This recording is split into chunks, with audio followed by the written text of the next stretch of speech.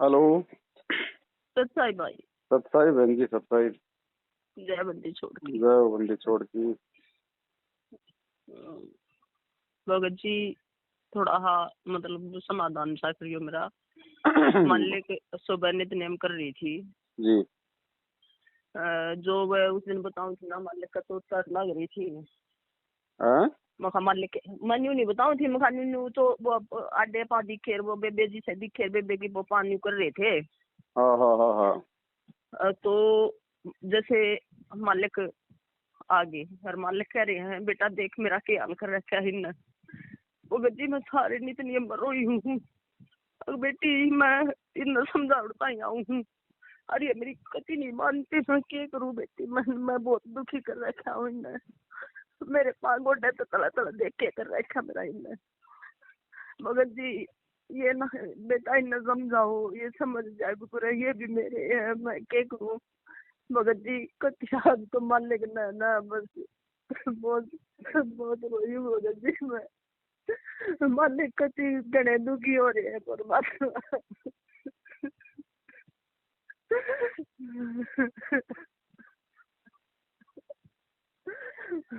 बेटा क्या करूँ मैं इन्हें छोड़ दूँ, जब मर गया ना छोड़ दूँ। आए बार मैं आए स्कूल में युग माँ हूँ और मेरी ये लाए गए आए बार ये कर रहे हैं।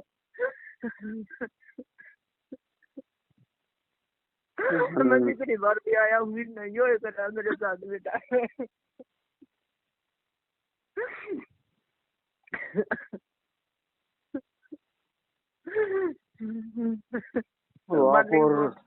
आप और हम भी बहन जी क्या कर सकते हैं। जितनी हमारे बस में था उतना तो देखो, रात दिन हम लोग दौड़ रहे हैं, भाग रहे हैं, इनकी मार खा रहे हैं, इनकी गालियां खा रहे हैं, इनको समझा रहे हैं, फिर भी ये नहीं मान रहे, तो क्या मालिक करें। नु कहा भगता के ना लगते ये मेरे लग गए सारे। मालिक नु बोले आ रहा है तो ये तो बहन जी, भगत पीटता है तो भगवान ही पीटता है। चोट तो माँ बाप को ही लगती है ना। मालिक नु कहा सारे मेरे लग गए बेटा।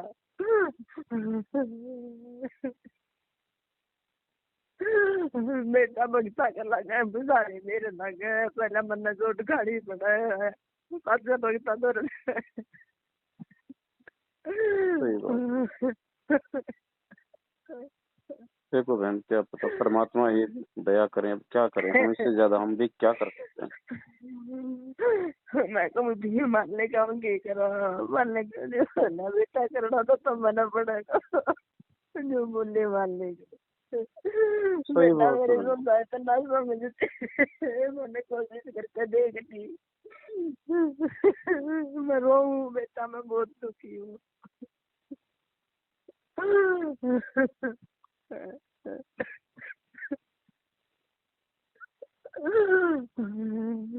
देखो बहन, आप और हमारी तो कोशिश है बहन जी, अपन तो लगे हुए हैं दिन रात समझाने में कि भाई तुम भी हमारे भाई हो, हम तुम्हारे कोई दुश्मन थोड़ी हैं, ना तुम हमारे दुश्मन हो। ये काल प्रेरणा है, थोड़ा सा मालिक से समय यातना करो, सद्बुद्धि मांगो, परमात्मा दया बख्शे। क्या कर सकते हैं, लेकिन ये अब माया का प्रभाव भी इतना जबरदस्त है ना बहन जी। मैंने सोचा ये माया बच्चे मिलेंगे, ये ना देख के मैंने बताई चेक का माया दी। इन माया मांगी थी मैंने, चेक का माया दी, ये ना देख के। परमात्मा से तो जो जैसा मांगेगा वैसा देगा। परमात्मा तो धन मांगोगे धन देगा, भक्ति मांगोगे भक्ति देगा। अब हम सत्सेवकों ने भाई इतने ना सुधरते ये मारने के न गया ना रंगाई तेरे बंदे को समझा दे। मैं क्यों कर समझा दू, मारने के मैं तो जा भी नहीं सकती, तेरा तो वो कर दिया इतना। मैं कहीं नहीं जा सकती मारने के, आप करोगे तो मारने के दया करो मेरे मारने के।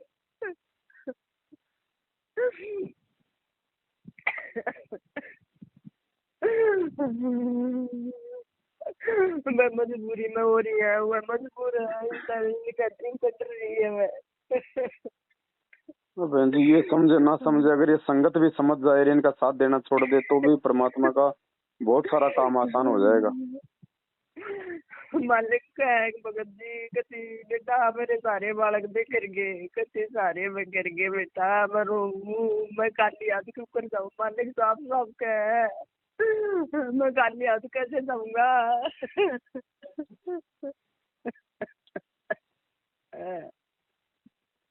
सही बात है।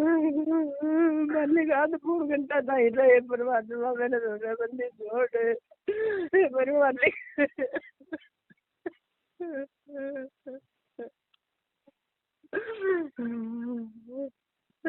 तो बहन जी हम भी मजबूर हैं, क्या कर सकते हैं बताओ। अभी अगर इनके सामने जाएं तो ये मारने को नहीं तैयार डाल खड़े सकते, हैं। नहीं डाल सकते हाँ, भगत जी। मालिक ने वो देखा दिया नहीं बोला बेटा कति मार देंगे, ये राक्षस स्वभाव के हो चुके हैं।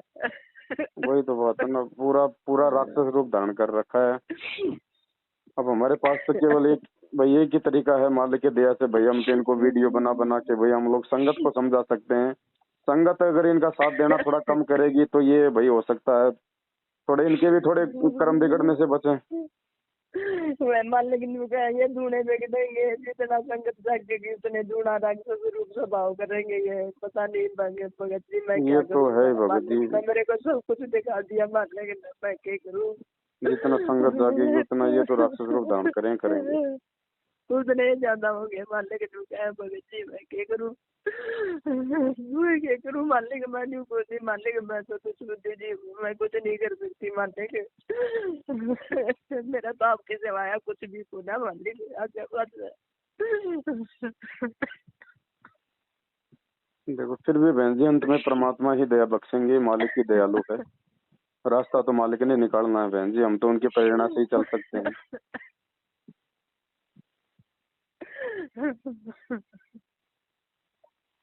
सही बात, दुखी तो बहुत कर लिया परमात्मा को।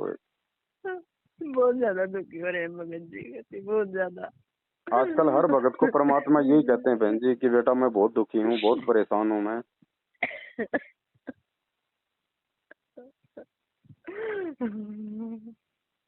अब संगत है, संगत इतनी नादान हो चुकी है, अब क्या बताएं इनको। ये भी नहीं पता कि वो जेल है, वो कोई 5 स्टार होटल नहीं है, वहाँ पे कैदी समझ के काम लिया जाता है। भगवान नहीं समझा जा रहा वहाँ गुरु जी को। वहाँ नहीं मालिक, मालिक के साथ बहुत बुरा बर्ताव हो रहा है भगत जी। जेल है बहन जी। वो दीपू भगत जी ने बताया ना भाई, गुरु जी को गैंगस्टरों के साथ में रखा जाता है। बताओ छोटे मोटे जो अपराधी होते हैं वो भी थप्पड़ मार देते हैं गुरु जी को। अब यो भगवान है, बताओ यो किसकी तरफ उल्टा हाथ करे। वो गैंगस्टर भी उसी के नहीं कर बच्चे, सकते हम भी उसी के नुगा। बच्चे, सब मालिक उसी के मालिक बच्चे। खुद का है इस बात ना नुगा, मेरे सारे बच्चे हैं, मैं किसका बुरा करूं, मैं किसी का नहीं कर सकता। हर बार मेरे साथ यही होता है, मैं जितनी बार भी आता हूँ हर बार मेरे साथ यही होता है। लेकिन बहन हम कोशिश करें, हम प्रयास करें, जिन जिन आत्माओं को समझ में आ गई वो तो कम से कम अपने गुरु भगवान को प्रसन्न करने का प्रयास करें। हम तो जिस राह पे चल रहे हैं भाई उसी राह पे हम चलेंगे, जैसे हमारे बाप ने बताया समझाया है। और कोशिश तो रहेगी भाई भाई बहनों को समझाने की, और वही कर रहे हैं 7 साल से बहन जी, सब कुछ छोड़ छाड़ के। समझ जाएंगे तो इनका भला, और नहीं समझेंगे तो भाई के परमात्मा को जबरदस्ती तो कर नहीं सकता बहन जी। अब ये तो समर्थ है, लेकिन काल के साथ एग्रीमेंट भी हो रखा है परमात्मा का, क्या करे बताओ। एग्रीमेंट मेरे भगत जी ने कहा मेरे सारे बच्चे हैं, मैं किसने दुखी करूँ, मेरे तो सारे के सारे मेरे हैं, मैं किसने दुखी करूँ, किसने के कहूँ मैं। बात तो मैं सही है, मजबूर लेकिन हूँ। अब रोता तो परमात्मा इसलिए है ना कि भाई मेरे कि भाई जैसे ही कर्म कर रहे हैं इनके परिणाम ये खुद ही भोगेंगे ना आगे चल के। तो मालिक को तो वो परिणाम दिखाई दे रहा है उनका आंखों के सामने कि कल को इनके साथ में क्या बनेगी। मेरा इनका वो होगा विनाश होगा जब दिन में नहीं दुखा होगा, मालिक अरे ताई कहेंगे भगत जी इनका विनाश होगा जब दिन नहीं रहूंगा। सही बात है, माँ बाप भाई बेटा बेटी के सुख दुख में तो माँ बाप ही सुखी दुखी होते हैं। फिर तो ये मानते नहीं, फिर मैं रहूंगा, मालिक अरे ताई कहेंगे भगत जी। अभी आप और हमारे लिए भी एक संदेश दिया मालिक ने कि भाई बच्चों आगे बढ़ो, थोड़ा बढ़ चढ़ के थोड़ी मालिक की सेवा में लगो, भाई बहनों को समझाओ थोड़ा। अब ये है कि भाई हम थोड़ा दूसरा तरीका अपनाएंगे परमात्मा के दया से। भाई अब अपने अपने घर घर में मालिक को भोग लगाओ भाई, जैसे आप करते हो, 2-4 भाई बहन आस पास के आ जाएं। क्योंकि हम मैसेज डालेंगे तो फिर ये भाई फिर वो ही करेंगे हाँ, भगत जी, राक्षस करेंगे बहुत रूप धारण ज्यादा, करके आ मालिक ने जाएंगे। बता दिया साफ साफ, और ज्यादा करेंगे भगत जी, ये बहुत ज्यादा करेंगे। हाँ हाँ हाँ हाँ हाँ। और ज्यादा करेंगे मालिक, चलो मालिक ने बता दी भगत जी। गुरु जी से सद्बुद्धि मांगेंगे, परमात्मा हमें आगे बढ़ने की कोई सद्बुद्धि दो, कोई प्रेरणा दो मालिक, ताकि आपका काम थोड़ा और आसान हो। परमात्मा दया करेंगे बहन जी। अब विनाश तो बहन जी आंखों के सामने दिखाई दे रहा है ना परमात्मा को कि भाई कल को क्या होगा। और समय ज्यादा बच नहीं रहा बहन जी, ये 2-2.5 साल का समय है। इस 2-2.5 साल में वो घोर दो ढाई साल भी नहीं है भगत जी, मान ली हाँ 2-2.5 साल बहुत भी नहीं। जल्दी हो रहा है, बहुत सही जल्दी बात। हो रहा है। फिर ये चिल्लाएंगे ऊपर हाथ खड़े करके, तब ये क्या करेगा बताओ। जब आज वो अपने बच्चों को सामने खड़ा करके संदेश दे रहा है, समझा रहा है, फिर लोग नहीं मान रहे, कल को फिर ये रोएंगे, ये चिल्लाएंगे, फिर ये कुछ नहीं करेगा। रोना तो उसका आज भी है, रोना उसका कल भी है बहन जी।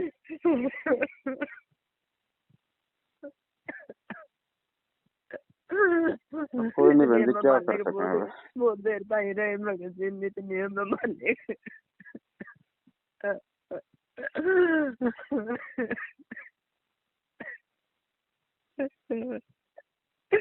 हम के करा भगत जी, मैंने मालिक तक गई, मालिक हम के कर सका, आप बनाम कुछ भी नहीं कर सकते। ना बहन जी, कुछ नहीं कर सकते।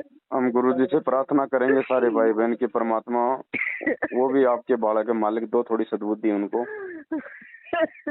मालिक ने दिक्कत ना मानना बेटा हुए राक्षस स्वभाव धारण कर चुकी है। माने तो कहाँ बहन जी, 22 साल परमात्मा आश्रम में रह के समझा गया, जब नहीं मानी तो आज क्या मानेंगे वो।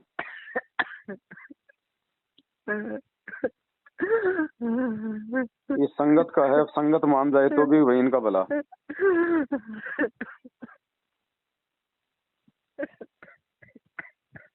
कोई बात नहीं बहन जी, अब क्या कर सकते हैं, हम सब परमात्मा ही करेंगे करने को तो। बाकी हम तो करना तो नहीं ना भगत जी, चलो हम सोच समझ के चल रहे हैं, वो भी एक बहुत बड़ी मेहरबानी उस परमात्मा की। कम से कम परमात्मा भाई जो सही राह पे चल रहे हैं उनको देख के परमात्मा खुश हो लेंगे।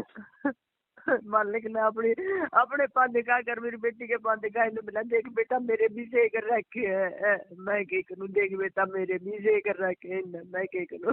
सही बात है। नहीं, शारीरिक रूप से दुर्बल तो बहुत हो गए परमात्मा। मैं भी चालन जो गाना जोड़ रहा क्या बेटा। सही कह रहे हो आप। एक बरवाड़े का भगत था, उसको भी परमात्मा ने ऐसे दर्श दिखाया था। उसने परमात्मा को बांध भर के चारपाई पे बैठाया, बोले बेटा, बोले मैं कमजोर हो गया हूँ, बोले देख मेरे से नहीं उठा जा रहा।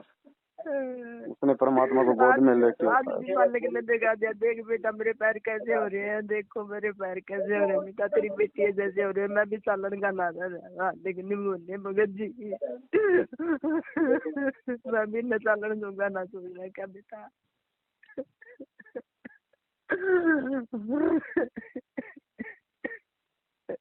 देखो बहन, कोशिश तो कर ही रहे हैं भाई बहनों को समझाने का। अगर समय रहते समझ जाएंगे, साथ संगति से जुड़ जाएंगे तो इनका भला, नहीं तो भाई वो तो अंत तो बुरा है ही है बहन।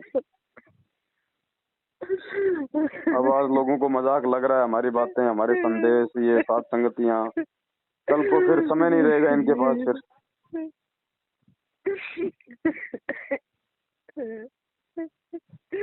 वही बात, अब काल जिसकी बुद्धि पे बैठ जाए तो बहन जी फिर वो सही गलत का निर्णय भी नहीं करने देता। नहीं कर सकते भगत जी, कुछ नहीं सोचते, लेकिन मैंने इतना धन दिया इनको, सब कुछ दिया इनको, और फिर भी सुधर के बजाय उल्टे झगड़ रहे।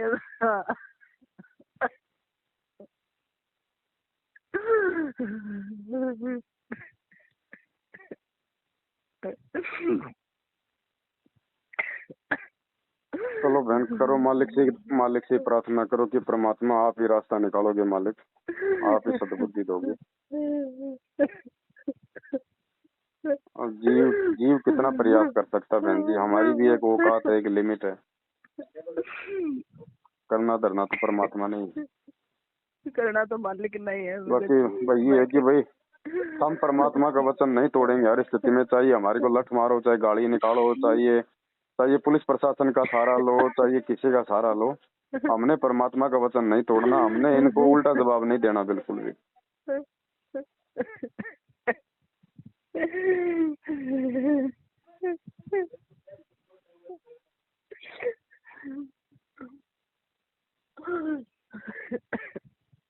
चलो ठीक है बहन, दया परमात्मा की, जैसे मालिक की मर्जी हो आगे। सच्चाई बहन जी, जय हो बंधु छोड़।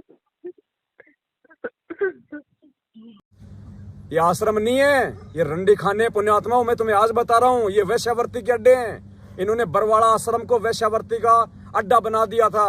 ये क्यों नहीं देते हमें गुरुजी के वो जो है बयानों की कॉपी क्यों नहीं देते? 7 साल हो गई, क्या हमारा बाप नहीं है? हम चिल्ला चिल्ला के मर गए कि हमें हमारे पिताजी के बयानों की कॉपी दो। उन्होंने किसके खिलाफ बयान दिए, क्यों नहीं देते? क्योंकि गुरुजी ने इस मैनेजमेंट के खिलाफ ही बयान दे रखे हैं। स्पष्ट कह रखा गुरुजी ने कि आश्रम में कुक्रम होते थे, लेकिन मैंने नहीं किए, इन सेवादारों ने और समिति वालों ने किए। तुम्हें अखबार की कटिंग भी भेजी जा चुकी है। अगर ये पाक साफ है तो गुरुजी के बयानों को संगत में सार्वजनिक क्यों नहीं करते? 7 साल हो गए इनको। सबसे बड़े दोषी ये हैं, आर्य समाज दोषी नहीं है। सबसे बड़ा दोषी, सबसे बड़ा आर्य समाज ये सतलोक आश्रम मैनेजमेंट हरियाणा है। उसका कुछ अंश मात्र आज ये भाई आपको बताएगा। पुण्यात्माओं, समय रहते आंख खोल लेना, वरना दुर्गति तुम्हारी भी तैयार है। परमात्मा यही देख रहा है कि क्या कर रहे हैं। इतना ज्ञान लेने के बाद में डर, भय, चापलूसी में जी रहे हैं, या मेरे सत्सेवक बच्चों के साथ मिलकर सच्चाई का प्रचार कर रहे हैं। आगे आपको भगत जी बताएंगे, ध्यान से सुनना। सत साहेब बंदी छोड़ सतगुरुदेव रामपाल जी भगवान की जय हो। भक्तों, रिकॉर्ड हो जाएगी क्या? थोड़ा मालिक दया करे। रिकॉर्ड हो जाएगी, रिकॉर्ड हो जाएगी, धीरे बोल रहे हैं। हाँ, रिकॉर्ड तो हो जाएगी। बाकी थोड़ा भगत जी अगर प्रयास करें ऊंचा बोलने का तो थोड़ा आप भी आ जाओ ना, आप भी आ जाओ थोड़ा नजदीक। ले लो चेयर, ले लो जरा। मैं नीचे बैठता। हाँ हाँ हाँ, आराम से। हाँ बिल्कुल सही। थोड़ा बोलो। हाँ, तुमको भी सुनाई देगा थोड़ा तो। भक्तों, मैं आपका भगत भाई दीपक उर्फ दीपू, गांव 7 रोड, जो 2015 में गुरुजियों ने जेल से ही शरण में लिया था और संगत में आते ही जेलर शमशेर सिंह दहिया के खिलाफ गुरुजियों की सेवा बताकर एक इंटरव्यू जो जेलर के खिलाफ दिया था, मैं वही आपका भाई दीपू हूँ। भक्तों, मैं अभी बरवाला आश्रम से प्रेजेंट सेवादार था, इसमें भिवानी आश्रम में प्रेजेंट सेवादार था। और भक्तों, अभी मेरी 5 या 6 महीने से 9 एंट्री और कुछ ठग्गा बग्गी के इन्होंने पीले पेज निकाले हैं, जो सरासर गलत हैं। मैंने कभी भी किसी भगत भाई से या किसी जगत वाले से 10 रुपये भी झूठ बोल के अगर लिए हैं तो मैं उस बात का गुनहगार हूँ।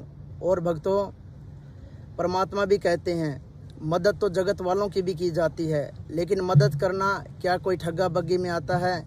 या मेरे खिलाफ कोई किसी भगत भाई ने कोई FIR की है या किसी जगत वाले ने की है, जो इन्होंने मेरे ऊपर इतना बड़े आरोप लगाए हैं? आरोपी ये खुद है। मैं इनकी आश्रमों की अंदर की सारी सच्चाइयाँ जान रहा था।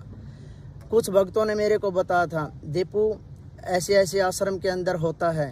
इनका जेल में भी मैंने व्यवहार देखा था। आश्रमों के अंदर मैंने देखा एक से बढ़कर एक झूठे अंदर है। बड़े से बड़े जो जिम्मेवार भगत हैं वो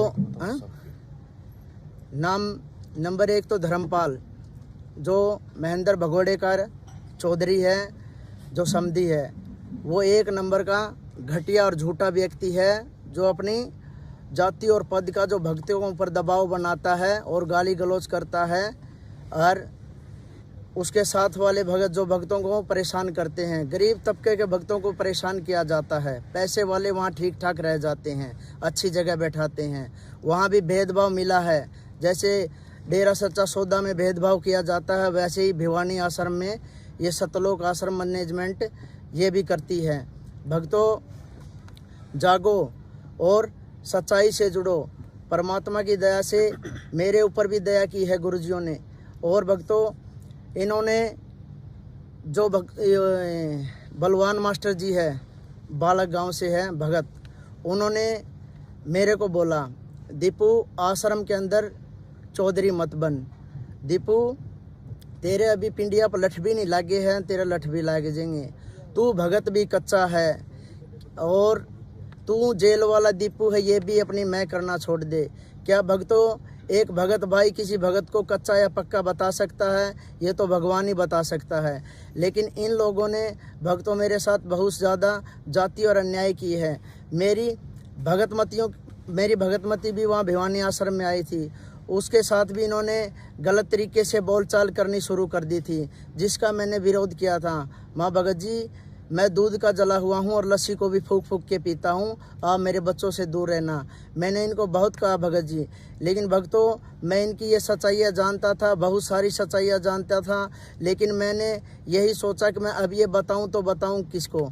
जब गुरुजियों का एक पीला पर्चा आया था, मंजू मेरी शरीर की बेटी है और मंजू मेरी वकील भी है, अगर किसी भगत को कोई शंका है या कुछ बात करनी है तो आप मंजू से कर सकते हैं। मैंने मेरी बहन मंजू से कुछ फ़ोन पे बातें की है, जिसकी मेरे पास ऑडियो भी है, लेकिन मेरी बहन मंजू ने पहले मेरे को आश्वासन दिया झूठा। वो बोल रही थी कि भाई दीपू, जो भी बात है वो मेरे को सच सच बता, मैं आपकी प्रार्थना गुरुदेव के पास भेजूंगी। उसने मेरे को कहा था मैं आपके साथ गर्दन उतरवाने के लिए तैयार हूँ, बीच मैदान में आऊँगी, मेरे भाई तू है, जो भी सच्ची बात मेरे को बता। मैंने जो भी सच्ची बात थी मैंने मेरी मंजू दीदी को बताई, लेकिन मंजू दीदी मेरे को इन मैनेजमेंट वालों के, इन सांपों के बीच में अकेला छोड़कर और मेरा फ़ोन भी उठाना उसने बंद कर दिया, जिससे ये लोग चिढ़ गए हैं। चिढ़ने के बाद में इन लोगों ने मेरी मर्डर की प्लानिंग भी बना दी है।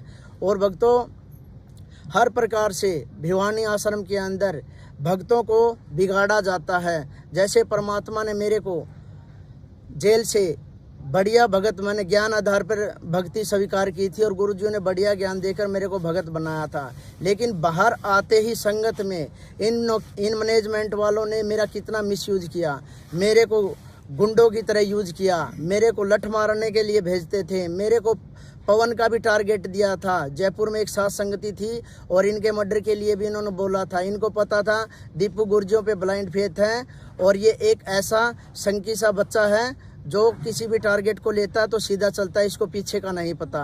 और हालांकि मैं उस घटना को अंजाम भी दे देता। और भी भक्तों, कई सारे ऐसे वाक़े हैं जहाँ पर इन्होंने मैं लड़ाई झगड़ों में गुंडों की तरह मिसयूज किया हूँ, लेकिन मेरे गुरुदेव ने अब मेरी आंखें खोल दी है।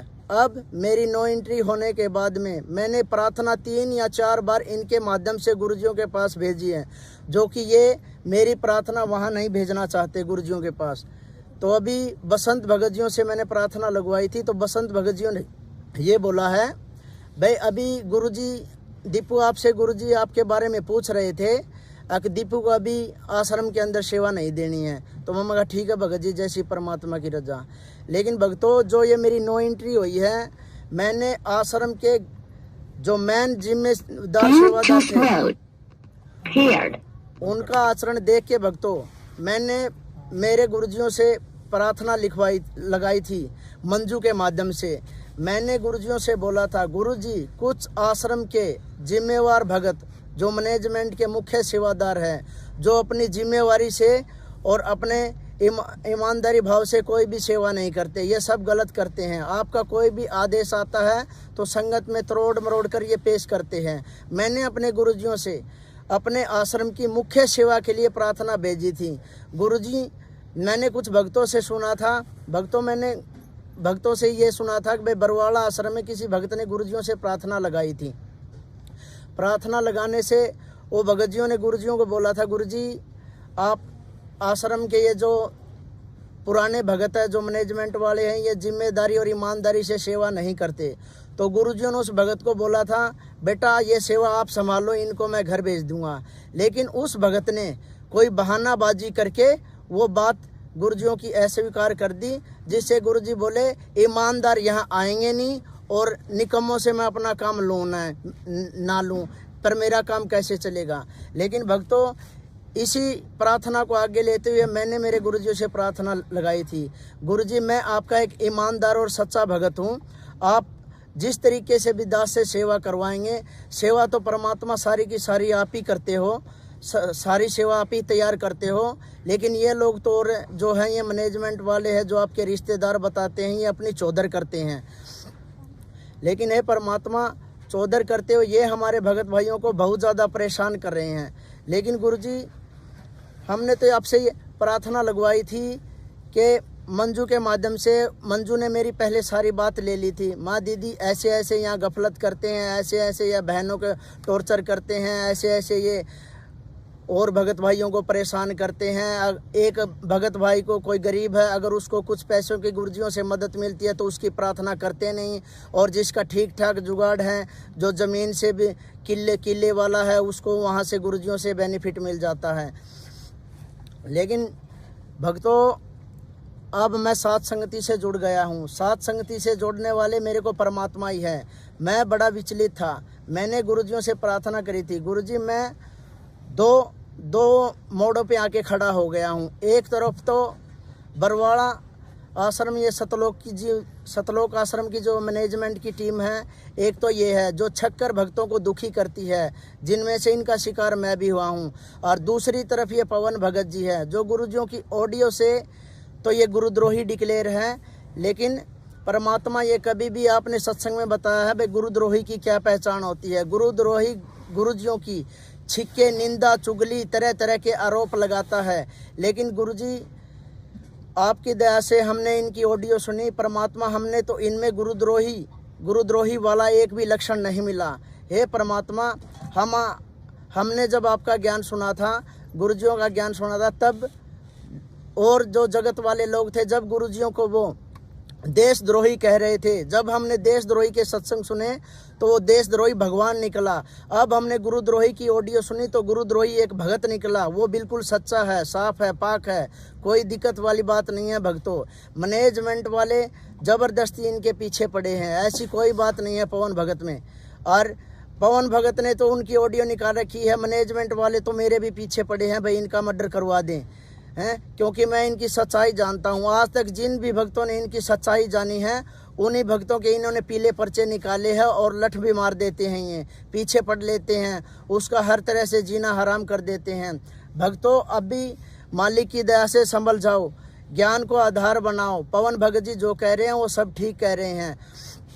भक्तों, गुरुजियों के साथ में ऐसे ऐसे वाक़े हुए हैं, जो बरवाला कांड के बाद, जो बरवाला थाने में मेरे सतकबीर गैरेज के ऊपर एक प्रिंसिपल गाड़ी की सर्विस करवाने आया था, तो वो भगत जगत था, वो बता रहा था भाई गैरेज के अंदर मैंने गुरुजियों के चित्र लगा रखे थे।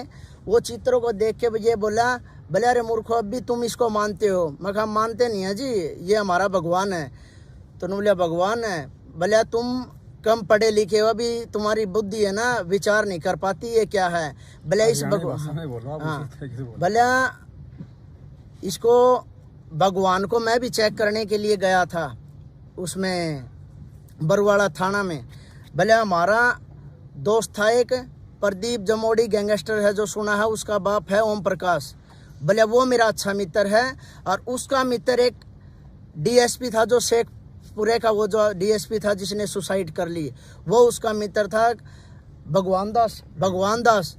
तो उसने उनको बताया भाई वो मेरे को बता रहे थे कि भाई अगर आपके गुरुजी अगर भगवान होते, कोई चमत्कार दिखाते, तो मैं उनकी परीक्षा लेके मैं उनका शिष्य बनने गया था।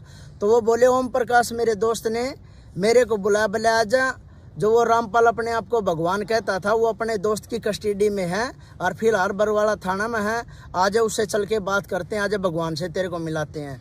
तो वो प्रिंसिपल बताया था, मैं गया था गुरुजियों को चेक करने, भाई तेरे को भगवान हो गए तो मैं वहाँ नाम दीक्षा ले लूँगा। तो बोले हम दोनों वहाँ अपने मित्र के पास पहुँचे, भगवान दास डीएसपी के पास। डीएसपी भगवान दास के पास जाते ही उन्होंने बोला भाई मिलवाओ उस रामपाल भगवान से। तो डीएसपी भगवान दास उनको वहाँ लोकत में ले गए गुरुजियों के पास में, और जाकर गुरुजी से बोले भाई ये रामपाल पूछ लो भगवान है कि नहीं है। तो उस भगवान दास डीएसपी ने ऐसे डंडा लेके और गुरुजियों की ऐसी ठोड़ी के नीचे मार रहा था, ऐसे खींच के, बोले बता भगवान है। लेकिन गुरुजी ने इतने हाथ जोड़ के ऐसे नहीं, बोले नहीं मैं कुछ नहीं हूँ। ऐसे अत्याचार हुए। फिर मेरे को भी थोड़ी सी चिड़सी हुई भाई, मेरे गुरुजियों के साथ में इनने अत्याचार ऐसे किए भाई, ऐसे गुरुजियों को मारा।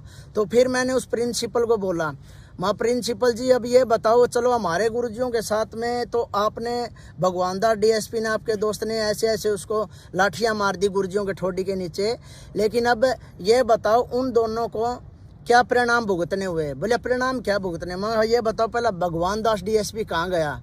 तो वो प्रिंसिपल बोला उसने उसकी डेथ होगी। मैं ये बता डेथ कैसे हुई है? वो बोले डेथ तो उन्होंने अपनी सुसाइड कर ली भाई, गोली मार ली थी।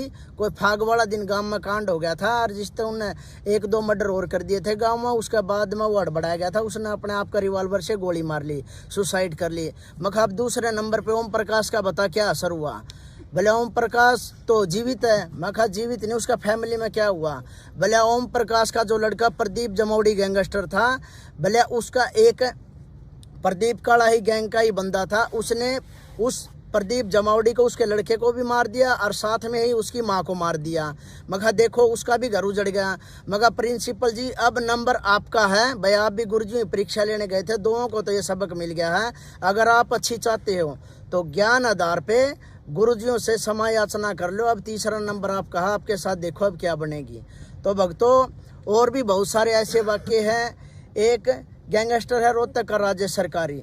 जब मैंने गुरुजियों से नाम दीक्षा ली तो उस गैंगस्टर ने मेरे ही 10,000 रुपये की मदद की थी, जो मैं जेल से बाहर आया था छुट्टी भरवा के।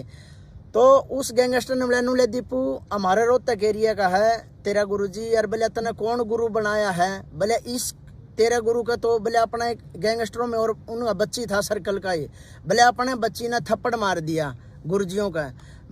रोहतक पेशी पर जावा थे उसमें जो गाड़ी में जाते हैं। तो मैं मखा भगत जी मखा मेरे भाई राजेश कोई बात को नहीं, गुरुजिया का थप्पड़ मां साधु संत्या का चप्पल डले थप्पड़ लात गुस्से ये गाल ये बांडा, अगर मैं कोई दिक्कत वाली बात को नहीं। अगर मखा गुरुजिया का आदेश ये है जय भाई इस लड़के ने, इस गैंगस्टर ने मेरे को थप्पड़ मारा है, तो मैं मखा ये जो भगत है ना ये अपने परमात्मा के लिए कुछ भी कर सके, जिसमें से मैं भी हूँ, कुछ भी कर सकूँ हूँ। लेकिन हम मर्यादा बंदे हैं भाई, कोई दिक्कत को नहीं, हमने कुछ नहीं कहा। मगर अगर इसके बच्ची के जो इमात वाले हैं इमातियों को भी देख लेंगे फिर तो, अगर गुरुजी आदेश देते। लेकिन गुरुजी ऐसा आदेश देते नहीं भाई किसी को लठ मारो थप्पड़ मारो गाली गलोच कुछ भी दो। लेकिन पता नहीं भक्तों ये कहाँ से ये लठबाज ये गुंडे ये बदमाश ये बलात्कारी ये कहाँ से पैदा हो गए। जो गुरुजियों के मर्यादा में रहते हैं इनकी नज़र में वो तो भगत है ही नहीं। जो बलात्कार कर देता है वो भी भगत, डकैती मार देता है वो भी भगत, लठ मारता है वो भी भगत, बरवाड़ा कांड में बम फेंकने वाले भी भगत, 20-20 रुपए के काले कपड़े बांध के सर में वहाँ बरवाड़ा कांड में जो अत्याचार कर रहे थे वो भी भगत, सारे ही भगत हैं। लेकिन जो मर्यादा में रहते हैं गुरुजियों के वो भगत क्यों नहीं है। गुरुजियों ने बोला भाई ज्ञान को आधार बनाओ हैं। संगत के अंदर स्वांगी भी बहुत है, बहुत ज़्यादा स्वांग करने वाले मिलेंगे आपको। हंस और बुगले की पहचान भी बताइए गुरुजी, दोनों एक जैसे होते हैं लेकिन हंस कौन सा होता है बुगला कैसा होता है, सब कुछ बताया गुरुजियों ने। भक्तों आपकी आंखें कब खुलेगी। हर प्रकार से गुरुजियों ने ज्ञान दिया हमें भाई, आप इनको देखो, ध्यान से देखो, ज्ञान आधार से देखो, इनका आचरण देखो, बोलने चलने का व्यवहार देखो। अभी देखो भक्तों संगत में कितने मैटर जो उजागर हो रहे हैं, चोरी के हो रहे हैं, जारी के हो रहे हैं, बलात्कारी के हो रहे हैं, हर तरह के मैटर हो रहे हैं। कभी ये पीले पर्चे निकाल रहे हैं, ये सभी के सभी फर्जी निकल रहे हैं। किसी का पर्चा किसी तरह से निकाल देते हैं, किसी का किसी तरह से निकाल देते हैं, अपनी मनमानी चलाते हैं।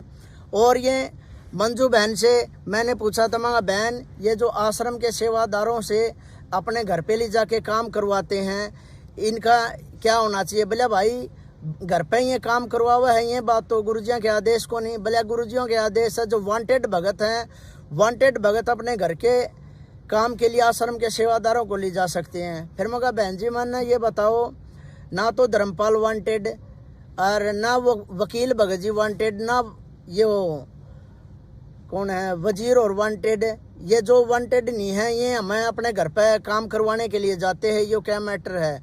तो वो बोली ये बात तो गलत है भाई, मर्यादा तबार। मैं कहा ये मर्यादा तबार चले दीदी, इनके खिलाफ कोई एक्शन करो। लेकिन एक्शन कोई कुछ नहीं लेता, सभी एक ही थाली के चट्टे बट्टे हैं, क्योंकि सभी वहाँ पर आश्रम में इन्होंने अपने अपने आश्रम बांट रखे हैं, अपने अपने आश्रम बांट के, और ये जो भी दान धर्म का पैसा आता है ये अपने हिसाब से डिवाइड करते हैं, अपने गुंडे बदमाशों को पालते हैं। अपने भक्तों जो इनके चमचे होते हैं, जो भक्तों के भगत होते हैं, उन्हीं की देख रेख ये करते हैं उन पैसों से। और हर तरह से ये मान ले जो भगत मर्यादा में रहता है उसको बिल्कुल टॉर्चर करते हैं। जेल सेवादार जो भगत बोले जाते हैं, कुछ भगत भाई वहीं आश्रम में हैं जिन्होंने मेरे को भी बताया था दीपू आश्रम में ऐसे ऐसे अत्याचार हो रहे हैं। उन्होंने भी मेरे को अपनी सारी सारी की सारी जो कमज़ोर बातें थी आश्रम के अंदर की, क्या क्या घटियापन करते थे, क्या क्या नहीं करते थे, उन्होंने सारी बताई। तो उन्होंने मेरे को बोला फिर मैं स्टैंड लूँगा तो क्या होगा। उन्होंने बताया था अगर आप स्टैंड लोगे तो आपके पीछे कोई नहीं खड़ा होगा, सिर्फ गुरुजी आपके साथ होंगे, क्योंकि ये डंडे भी मारेंगे, नो एंट्री भी करेंगे, आपको गुरुद्रोही भी बनाएंगे, आपको हर तरह से परेशान करेंगे। मामा कोई नहीं, अगर मेरे भगत भाइयों को फ़ायदा होता है तो मैं ये कुर्बानी देने के लिए तैयार हूँ। तो फिर मैंने जो प्रार्थना लगाई थी उसका परिणाम यह निकला था। प्रार्थना पहले तो मेरी ये थी, मैंने अपने गुरुजी देव से अपने मिशन की सबसे मुख्य सेवा मांगी थी, जो वो महेंद्र भगोड़े के पास जो सेवा है वो सेवा दास ने गुरुजियों से मांगी थी, जो प्रार्थना में लिखी थी। भाई मेरे को आश्रम की मुख्य सेवा चाहिए, यहाँ के मुख्य सेवादार जिम्मेदार ईमानदारी से सेवा नहीं करते और ये बहुत ज़्यादा गफलत करते हैं। तो इसी के दौरान महेंद्र भगोड़े ने मेरे साथ चालबाजी और ये षड्यंत्र किया। प्रार्थना गुरुजियों के पास गई नहीं, उससे पहले बसंत भगत जियों का फ़ोन आया राजेश भंडारी के पास। राजेश भंडारी ने मेरे से बात करवाई, दीपू फ़ोन आया हिसार से किसी भगत का बात कर ले। मैंने बात की तो वो बसंत बोल रहा था। बसंत बोला दीपू तूने गुरुजियों से क्या प्रार्थना लगाई है, आपको एक बार बताऊं। मैं कहा प्रार्थना का लेखक ही मैं हूं, तो आप क्या बताओगे, आप मेरी प्रार्थना गुरुजियों के पास भेजोगे या नहीं भेजोगे। तो उसने कहा प्रार्थना तो आपकी भेज देंगे, लेकिन मैं आपको दीपू पहले ही सूचित कर रहा हूँ, जो सेवा आपको आश्रम में मिली है ना, आप उस सेवा से भी चले जाओगे। भक्तों ये बताओ गुरुजियों के पास गई नहीं है मेरी प्रार्थना। बसंत भगत जी ऐसे कैसे बोल सकते हैं, अक भाई तेरे को जो सेवा मिली है उससे भी जाते रहोगे। लेकिन भक्तों ये सारा का सारा इन्हीं का मैटर है। ये जब चाहे जिसकी यस या नो, ये इनको जो भी कुछ करना है इनके हाथ में है। गुरुजी ऐसे ये कुछ आदेश नहीं लेते, गुरुजियों के ऊपर तो ये खुद दबाव बना लेते हैं। गुरुजियों से तो अगर गुरुजी को इनको आदेश भी देते हैं तो ये तरोड़ मरोड़ करके अपना आदेश चलाते हैं, गुरुजियों का आदेश आगे नहीं चलाते। जैसे किसी भगत ने बताई थी, एक विकास है सिंहपुरिया भगत, जेल में था साथ, जो इन भक्तों में से मेरे को सबसे ठीक लगता था, जो एक कोई भी बात होती थी तो वो साफ साफ बताता था, एक भगत को गुरुजियों के पाले में छोड़ता था। तो वो कहते थे बोले दीपू जैसे ये संगत में तरोड़ मरोड़ के जो गुरुजियों का आदेश पेश करते हैं, तो वो भगत बता रहा था अगर गुरुजियों ने किसी भगत को आदेश दिया है अक बेटा आलू खा लो, तो भगत का कर्तव्य क्या बनता है, भगत की हिम्मत होनी चाहिए, गुरुजियों का आदेश है आलू कच्चा ही खा जाएं। लेकिन ये क्या करते हैं, गुरुजी आलू से बाई होती है, क्या हम भिंडी खा सकते हैं, तो गुरुजियों को मजबूरन कहना पड़ता है खा लो भाई अपनी चला लो हैं। तो ये ऐसे ही करते हैं, गुरुजियों का कोई भी आदेश आता है तो ये सिचुएशन के नाम पे उस आदेश को तरोड़ मरोड़ के पेश करते हैं संगत में, जिससे संगत भ्रम में फैल जाती है। संगत में मेरे को इन्होंने जेल के अंदर बताया था, बरवाड़ा आश्रम के अंदर ये मर्यादाएं थी, गुरुजियों का ऐसा आदेश था, ऐसे आदेश थे, वहाँ कोई माता या जैसे बहनें या भाइयों के साथ में 5 मिनट से ज़्यादा नहीं बात कर सकती, और कुछ देर तक ही मान ले 5-10 मिनट के आसपास ही मान ले नज़दीक खड़े रहते हैं। लेकिन भिवानी आश्रम में मैंने सब उल्टा देखा, वहाँ 2-2 घंटे तक भगत और या उनकी भगतमती या कोई अन्य बहनें 2-2 घंटे के इर्द गिर्द वहाँ इकट्ठे बैठे रहते थे। मैं देखता था मम्मा का वो जो ये बता रहे थे बरवाड़ा आश्रम में जो नियम है वो तो यहाँ नहीं है। हर प्रकार से वहाँ नियमों की तार-तारी धज्जियाँ उड़ा रखी है। चाय ये पहले बताते थे पहले ऐसे चाय बनती है, एक में फीकी डलती है एक में मीठी डलती है। वहाँ भिवानी आश्रम में क्या था भक्तों, सारे के सारे अपना अपना ऑर्डर चलाते थे, जिसमें से मैं भी अपना ऑर्डर चलाता था। भाई 4 मीठी बना दे, फीकी बना दे, अदरक तेज की बना दे, सौंफ सोडा डाल दे, सब के अलग अलग वो थे। लेकिन उनको कोई ऐसे कहने वाला नहीं था भाई ये ऑर्डर क्यों मार रहे हैं, भला चलने दो जैसे चल रहा है। वहाँ हर प्रकार से भक्तों की मर्यादाओं को खंडित करवाया जाता है। कोई भी भगत भाई हो, बाहर का कोई भी मैटर हो जाता है, युवा भक्तों को एसी एक्ट वालों को ये यूज करते हैं, भला जाओ तुम झगड़ा करो। झगड़ा होते हैं तो ये मैन भगत आगे नहीं जाते, हम गरीब तबकों के भक्तों को आगे कर देते हैं। केस बनते हैं, लाठी डंडे मारने हैं या खाने हैं, वो सिर्फ हमारा मैटर रह जाता है। फिर मेरे को तो किसी मेरे भगत भाई ने बताया था, मेरे कुछ भगत भाई जो गुड़गांव से थे, वो जेल के आगे गुरुजियों की एक वाणी के हिसाब से मान ले वो वहाँ अटके थे। एक पुस्तक आई थी गुरुजियों की, उसमें एक वाणी लिखी थी, एक हेडिंग थी, गुरुजियों ने उसमें लिख रखा था, क्या इस जेल रूपी तसले के ऊपर आप अपना माथा भी नहीं टेकना चाहोगे। वो जो हेडिंग थी उन भक्तों को चुभ गई थी, जिसकी वजह से वो गुड़गांव से अपना घर छोड़कर गुरुजियों के यहाँ जेल के सामने 10-15 दिन तक लगातार बैठते थे। तो मैनेजमेंट वालों ने क्या किया, भाई ऐसे तो ये खेल खराब हो जाएगा, ये इतने भगत यहाँ पर आके बैठते हैं। तो इन्होंने भक्तों को हमारे को बोला लठ मारने के लिए। लेकिन मैंने मेरे एक भगत भाई को बोला, मैंने उससे पूछा, माँ भगत जी फला फला भगत है, उनके लठ मारने के लिए बोल रहे हैं, भाई उनको उठाओ। तो वो भगत जी मेरे को बोले, भले दीपू तू ये बता, तू कोई भाड़े का गुंडा है क्या, या कोई टपोरी है तू परमात्मा का भगत है। अगर वो गुरुजियों के लिए वहाँ जेल के आगे बैठे हैं तो इसमें तेरा क्या जाता है। वो पाप और पुण्य उनका है, जो बनेगी उनके साथ बनेगी, गुरुजी उनको बेनिफिट दे या कुछ उनसे नाराज हो वो तो उनका मैटर है। लेकिन तुम्हें डंडे मारने का आदेश किसी ने दिया? मैं गुरुजियों का आदेश बता रहे हैं। उस भगत ने बताया, गुरुजियों ने अगर किसी को डंडे मरवाने हैं क्या तो तुम्हारी जरूरत पड़ेगी क्या गुरुजियों को? मैं कहा ये बात भी ठीक है, भले अपनी आरामदारी थे गुंडिया की फीस तो हटा ले और गुरुजिया की आरामदारी था तू अपना भक्ति कर ले। भले अगर तेरा नाम खंड हो गया तो उस भगत पर नू पूछ ले जो आदेश दे, क्या तू मेरा नाम जोड़ देगा? उसी दिन से मैंने तो कान पकड़ लिए थे, मैं इनके इशारे पे कोई भी गुंडागर्दी नहीं करूँगा। उसके बाद में इनको ये पता लग गया भाई इसको सच्चाई का पता लगने वाला है, तो इन्होंने मेरे को हर बात पे मजबूर किया है। हर भक्तों ने मान ले, किसी ने मेरी उंगली भी उसी ने काटी है और मेरी मदद भी उसी ने की है। हर प्रकार से इन्होंने मेरे साथ टॉर्चर किए हैं। ऐसा कोई टॉर्चर नहीं है जो मेरे साथ नहीं हुआ है। लेकिन मैं भी परमात्मा का ज्ञान आधार से जुड़ा था, मैं भी यही सोचता था, माँ गुरुजी बताते हैं जो होता है अच्छे के लिए होता है, मैं कहा होने दो जो होता है। आज स्थिति यह आ गई है, परमात्मा की दया से सात संगति से मेरे को जुड़ना पड़ गया है, जिसमें से जो पवन भगत जी जो सात संगति को हैंडल करते हैं, इसमें ये क्या है, भगतजियों को गुरुजियों की ऑडियो ने गुरुद्रोही डिक्लेयर किया है, लेकिन गुरुजियों ने हमें ज्ञान भी दिया है। ज्ञान आधार से देखें तो पवन भगतजियों पे कोई बात सटीक नहीं बैठती है। इन्होंने ये सब का सब मैटर दबाव में गुरुजियों से करवा रखा है। बार बार अगर किसी भगत की झूठी शिकायतें लगाओगे तो गुरुजी यही कर लेते हैं, ले ठीक है वो मेरा भगत है, अपने आप हटेगा तो नहीं। है परीक्षा इनकी भी है और भक्तों की भी है। अब ये तो हटे नहीं है, मैनेजमेंट वालों ने इनका देख लिया भाई दिन भर पड़ रहा सत्सेवकों का भारी होता जा रहा है, तो अब उन्होंने हर तरह से प्रयास कर रखे हैं भाई सात संगतियों को कैसे रुकवा जाए, इन भक्तों को कैसे मारा जाए, कूटा जाए, कुछ भी किया जाए। ये गुंडे लोग मैनेजमेंट वाले अपना हर प्रयास कर रहे हैं सात संगति को रोकने का। मेरे को भी मारने का इन्होंने प्रयास कर रखा है, लेकिन परमात्मा की दया से मैं जब दो रास्तों के बीच में अटक गया था तो मैंने गुरुजियों से प्रार्थना की थी, माँ गुरुजी मेरे को कोई एक रास्ता दिखा दो भाई जिससे मैं भी अपनी भक्ति अपनी सुचारू रखूं। मैनेजमेंट वालों ने मेरे पीले पर्चे निकाल दिए। हरियाणा में जैसे जाट खाप ये पंचायतें होती हैं, जैसे किसी का गांव से हुक्का पानी बंद कर देते हैं, इन मैनेजमेंट वालों ने इसी तरीके से मेरा भी संगत में हुक्का पानी बंद कर दिया। दीपू को कोई भी अपने घर में नहीं आने देगा, ना दीपू से किसी प्रकार का कोई भी संपर्क नहीं रखेगा। अगर कोई उससे संपर्क रखेगा तो उसका नाम खंड हो जाएगा।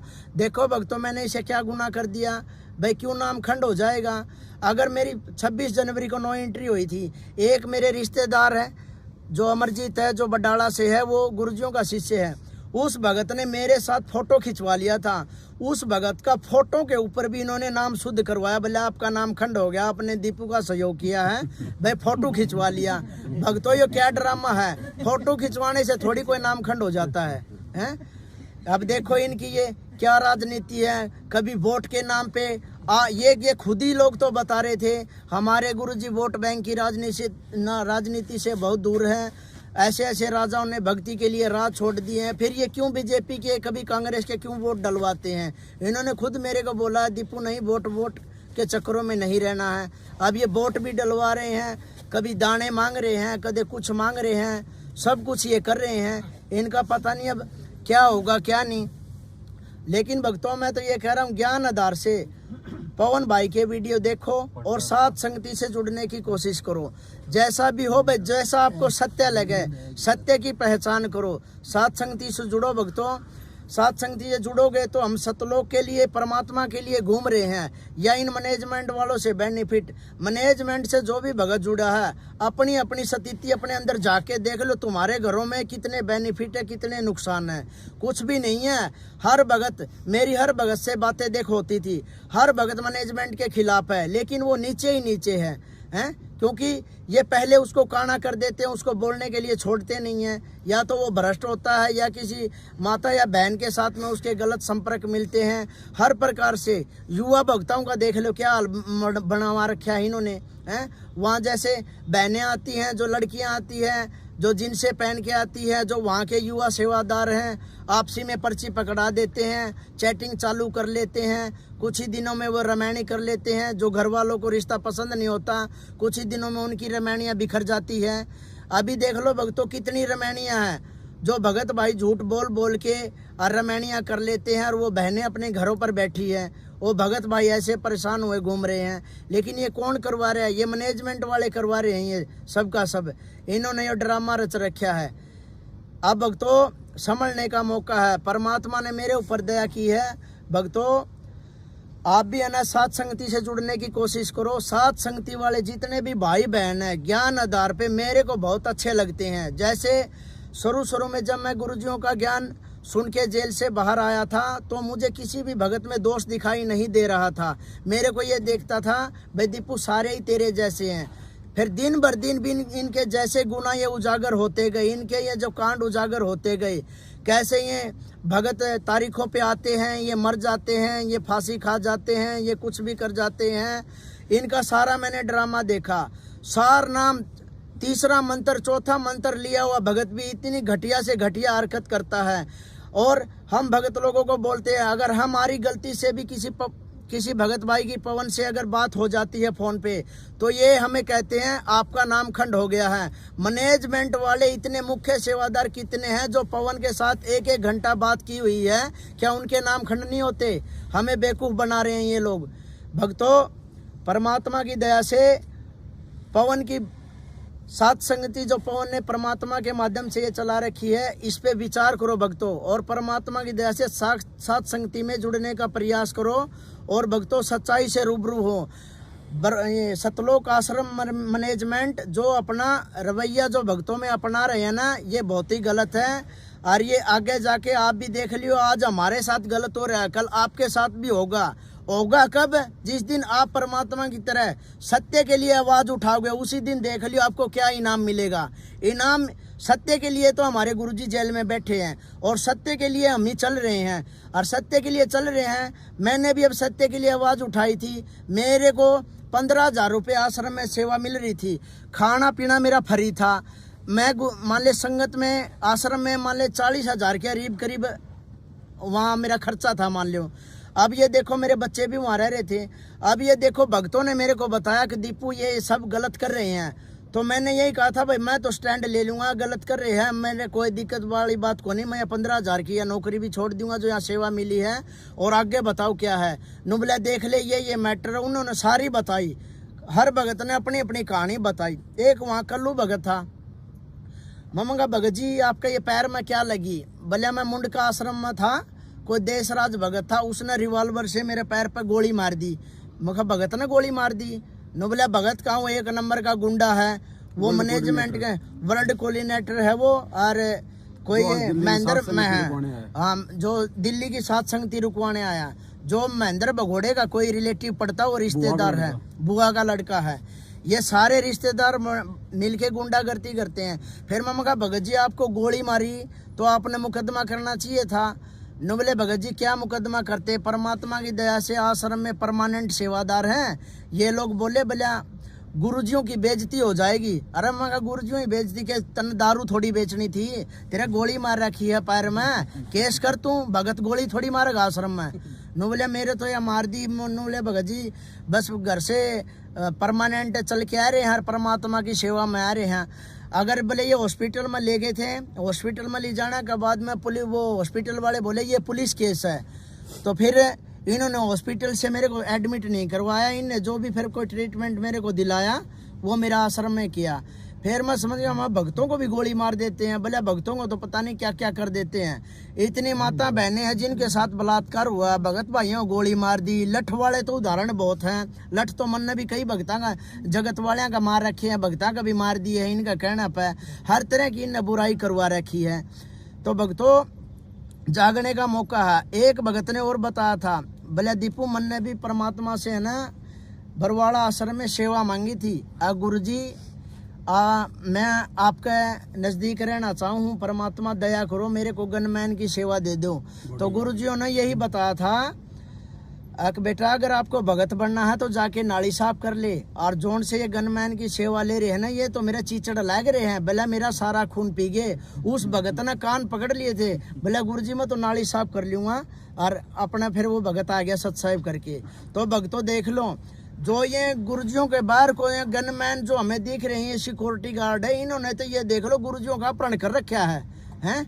और इनसे ये बचना हमें ये लग रहा है हमारे भगत भाई है, क्यों किसी गरीब भगत की प्रार्थना नहीं पहुंचती गुरुजियों के पास में, बीच में ही रह जाती है, महीनों चक्कर कटवाते हैं। अभी मेरे को गुरुजियों से प्रार्थना लगाई थी, 60,000 रुपए की मेरे को जरूरत थी, मैंने प्रार्थना लगवा दी। इन्होंने 8 दिन तक मेरा बेवकूफ़ बना के रखा, और मेरे को कोर्ट में 60,000 रुपये भरने थे, 49,200 भरने थे, पर मैंने 60,000 मांगे थे। इन्होंने 8 दिन तक मेरा बेवकूफ़ बनाया। आश्रम के सेवादार जो भी मेरे को मिलता था ये कह रहा था, भले दीपू ये देख, व्हाट्सएप पे वो अपना दिखा रहे थे मैसेज, भले 2-2 महीने से हमारी प्रार्थना लगी है, इतने आपसे कम पैसों की लगी है और हमें ज़रूरत है। वो सैलरी सेवादार थे। फिर मैं कहा आपको मिले क्यों नहीं, भले पता नहीं, जवाब ही नहीं देते हैं मुँह से। मैं कहा जवाब तो इन्हें देना चाहिए, आप इनसे थोड़ी मांग रहे हो, आप तो गुरुजियों से मांग रहे हो, गुरुजियों के भगत है, आप तो अपना भगवान पर चाहे कुछ भी मांगो। नो बोले फिर क्या करें, भगत जी मजबूर हैं। फिर मैं कहा मन 60,000 रुपये बोले तेरे को मिले तो नहीं गए। मैं कहा मैं तो लेके दिखाऊंगा, परमात्मा का दौर में मेरी प्रार्थना भेज करूँगा, भले ये भेजे को नहीं।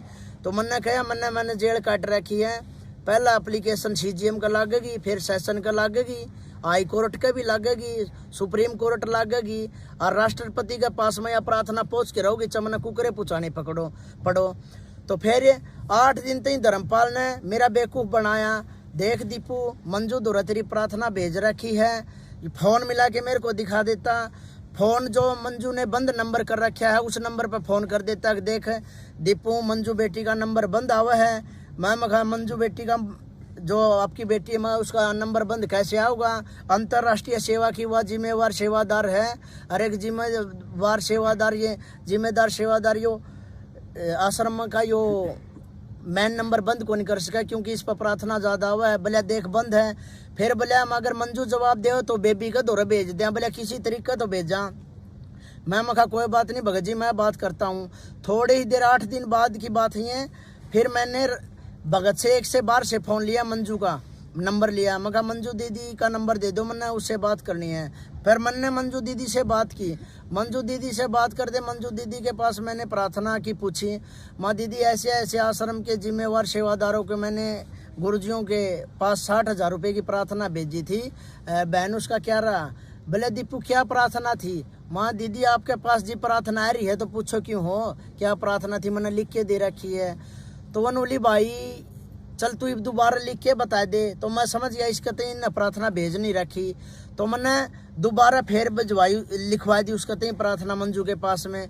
फिर मंजू बोली पहले ये प्रार्थना आपको किसके माध्यम से भेजी थी। मैं कहा धर्मपाल भगत को दी थी मैंने। तो बोली अच्छा चलो भले ठीक है दीपू मैं करूँ तेरी प्रार्थना।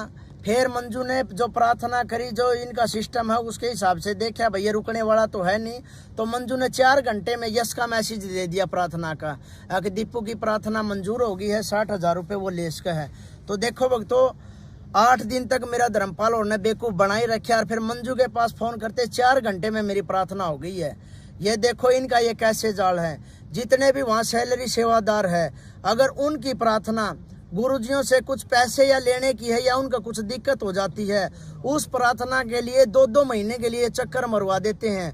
लेकिन एक भगत छोटी मोटी बात पर अगर अपनी भगतमती को थप्पड़ मार देता है ना, तो उसकी 5 मिनट के अंदर गुरुजियों से प्रार्थना लग जाती है और उसका जोड़ा जिंट्री तेरी नो एंट्री होगी तेना भगतमती का मारे उनकी नो एंट्री कर देते हैं। तो भक्तों ये देखो, इन जब अपना कांटा निकालना हो तब तो इन ये प्रार्थना 5 मिनट में हो जाए। और किसी भगत भाई को कुछ अड़चन होती है तो प्रार्थना 2-2, 3-3 महीने तक भगत जवाब मांगता मांगता थक जाता है, लेकिन ये लोग अपनी बकवास करना बंद नहीं करते। तो भक्तों अभी आपसे मान ले फिर हाथ जोड़ के प्रार्थना है, जितना भी हो सके सत्सेवकों का वीडियो देखा करो, सत्संगति में भाई बहनों के जो वीडियो आते हैं, मैसेज आते हैं, ज़्यादा से ज़्यादा देखा करो। आपको हर बात का पता है भाई, मैनेजमेंट से मेरे को पता है आप लोग कितने दुखी है। हरियाणा से कितने भक्तों के मेरे पास फ़ोन आते हैं, दीपू ये बन रही है और मैंने उनको यही कहा है भाई अगर सत्य का मार्ग से जुड़े हो तो परमात्मा की दया से सत्य भी तो बोलना सीखो। ना तो तुम्हें सत्य का पता और ना तुम्हें साहिब का पता नहीं इस भक्ति मार्ग में तुम आ क्यों गए हैं। अगर आप सतलोक भी जाओगे शरीर तो छोड़ना पड़ेगा, तो इनसे डरना कैसे है। इन लोगों ने क्या है आगे अड़ा के मेरे को भी मिसयूज कर दिया, ये मेरे को आगे कर दिया। चलो ठीक है, परमात्मा ने मेरे को तो अपने पाले में ले लिया भाई, मैं सत्सेवकों से जुड़ गया हूँ।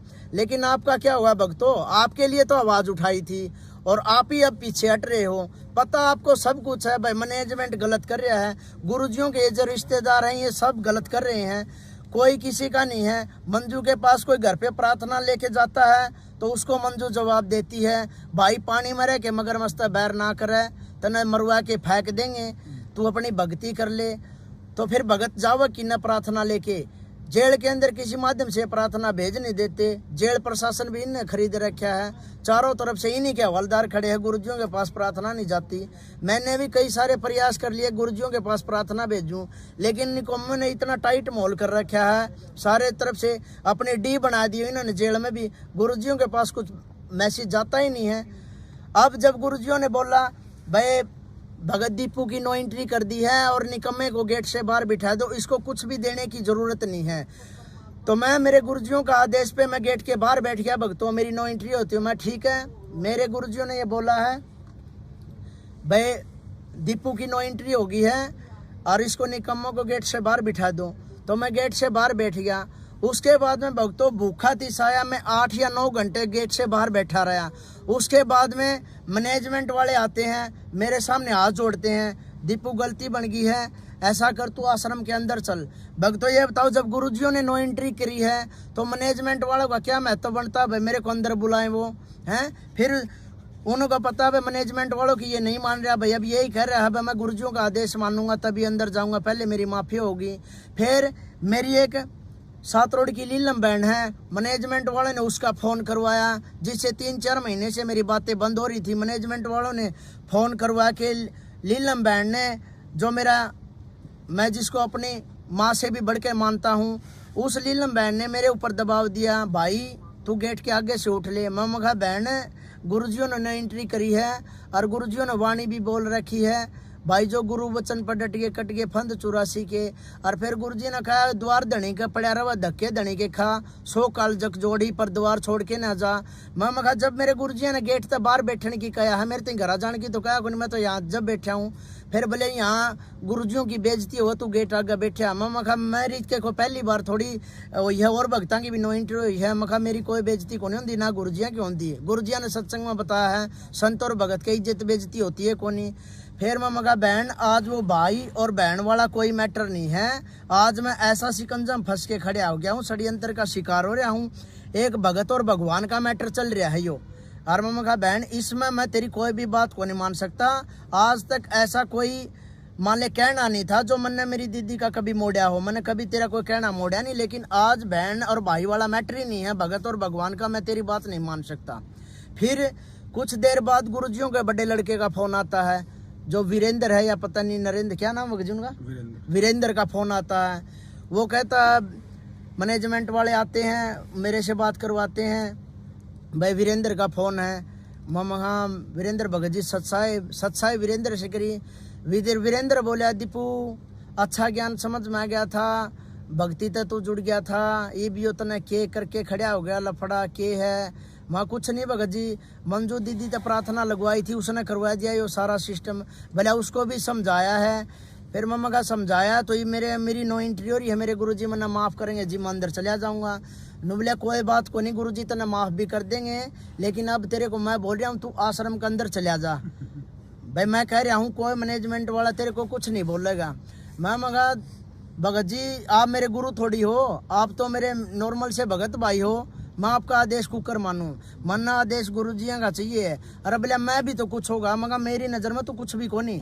हाँ मनने तो मेरे गुरु जी आदेश चाहिए। और पूरी क्या कह रहा था, बोले मरवा के छोड़ दिया। हाँ जेल में एक भगत था, वो जगत था बलवान जुलेड़े का, वह पूछा थे चकिया मारा, बोले यो के करवा दिया, बोले कि मैं नहीं बुढ़ा दिमाग खराब हो रहा, हम और फंसवा के घेर दिया। कौन बोला? हाँ ये जो गुरुजियों का बड़ा लड़का है। अब ये जो जितने भी बात वहाँ बोलते थे वो जगत वाले, हम कहती भाई बात तो करते ही थे, जब तक तो मैं शरण में ही नहीं आया था गुरुजियों का है।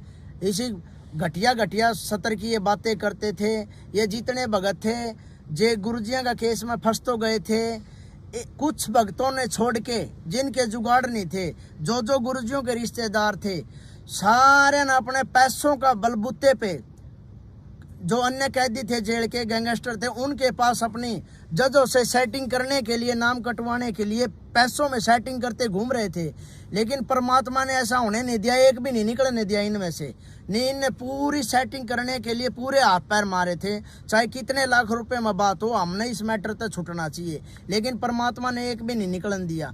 सब बचन एक नंबर के बकवासी भगत थे, ये डोंगी थे। गुरुजी कहते हैं ना भाई भगते में यहाँ स्वांग करने वाले आपको बहुत मिलेंगे, ऐसी बात नहीं थी। सारे तो निकम्मे नहीं थे, कुछ भगत उनमें ठीक भी थे और कुछ बिल्कुल ही गए गुजरे थे, जिनको कुछ मतलब ही नहीं था भक्ति से। कोई कुछ कह रहा था, किसी का थोड़े बहुत लठ लाग रहे थे, वो उड़ा कवा था भाई आगे भले बरवाला आश्रम में खीरे नहीं खावांगे, चल 84 में सूर बन के गूँ खाना पड़ जियो, बोले खीर नहीं खावांगे महाराज जिया की। ऐसी ऐसी टोपी करे थे, ये क्या के भगत हैं बॉस। कभी इनकी देखता उड़ा है, कभी दाल पर रोड़ा कर लेते थे, कभी किसी चीज़ पर झगड़ा कर लेते थे, कभी किसी चीज़ पर झगड़ा कर लेते। लेकिन मेरे एक भगत भाई वो विकास सिंहपुरिया, उसने बताया बोले दीपू जो ये भीड़ देख रहा है ना, ये एक जो भगवान का भगत हुआ है, ये वो भगत को नहीं। मखा फिर कौन हुआ है भगत? बोले भगत वैसे मैं भी नहीं हूँ, बोले एक भगवान का जो भगत होता है ना, और जिस अंडरवियर को जिस कच्छे को पहन के नहाता है ना, बोले ये उस भगत के उस लेवल के भी नहीं है, बोले ये सब बकवासी हैं। मैं मगा ठीक है। आहिस्ता आहिस्ता मन ने भी उन्हें परीक्षण करना शुरू किया। उनमें से आधे से ज़्यादा तो बगैर मतलब की भीड़ हो रही थी, जिन्होंने कोई मतलब नहीं था गुरुजियों से, जो एक दूसरे पर कमेंट बाजी गाली गलौच जिनका बहुत बोल रहे थे हम सारनामी हैं, बहुत घटिया सतर था। और अब भी मैंने तो देखा है सारनामी, इन्हें सारनाम बांट दिया है जितने युवा भगत आश्रम में, और ये और जो बड़े जो बुजुर्ग भगत हैं इनका सभी का घटिया आचरण है। गंदे गंदे कमेंट करते हैं, गंदे गंदे युवा भक्तों को चुटकुले सुनाते हैं, बहुत सारा मान ले घटियापन है। एक नंबर के झूठ बोलते हैं, फोनों पे झूठ बोल देते हैं, इनको रिकॉर्डिंग सुनाते हैं तो ये बकवास करते हैं नहीं तू झूठ बोल रहा है, और रिकॉर्डिंग में साफ है अगर देखो माफिया मांग रहे हो और आप ही मना कर रहे हो। हर प्रकार से इनका घटिया लेवल है। ये एक आने की भी भगत नहीं है, ये बकवास बहुत ज्यादा कर रहे हैं। गुरु जी मांग रहे थे एक बार धर्मपाल बलवान और कंडे, हाँ ये सारे माफी मांग रहे थे। ये बलवान था, ये मास्टर जी जो बालक गांव का है, इन्होंने मेरे से पहले तो गलती करी, और गलती के ऊपर मैंने जब इनको स्टैंड लिया धमकाया तो फिर उन्होंने फ़ोन पे मेरे से माफ़ी मांगी, जो मेरे पे बकायदा अब भी रिकॉर्डिंग पड़ी है। जो मैनेजमेंट का मुख्य सदस्य भी माना जाता है, वो भी कोई ना कोई पद है उसका वहाँ पर। और फिर उन्होंने मेरी मीटिंग के अंदर मेरे को बुलाया, तो मीटिंग के अंदर उन्होंने सभी ने अपनी अपनी गलती पूछी, मैंने सभी की गलती बताई, तेरी ये गलती है, तेरी ये गलती है। जब उस मास्टर जियों का नंबर आया तो वो धर्मपाल बोले बोले मास्टर की क्या गलती है? मास्टर जी ने जो गलती की थी ना, इन्होंने माफ़ी मांग ली है। तो मास्टर जी मीटिंग के अंदर साफ तौर पे मना कर गया, मैंने इससे कोई माफ़ी नहीं मांगी है, ये झूठ बोल रहा है। मामा का झूठ कहाँ बोल रहा हूँ भगत जी? मामा का झूठ तो आप बोल रहे हो। एक तो उम्र के हिसाब से आपका याद नहीं रहता हो, अकबर मन ने कोई बात कही है फ़ोन पर दीपू तो मेरा याद को नहीं। एक आप जानबूझ के बोली बूझ मेरे को बना रहे हो।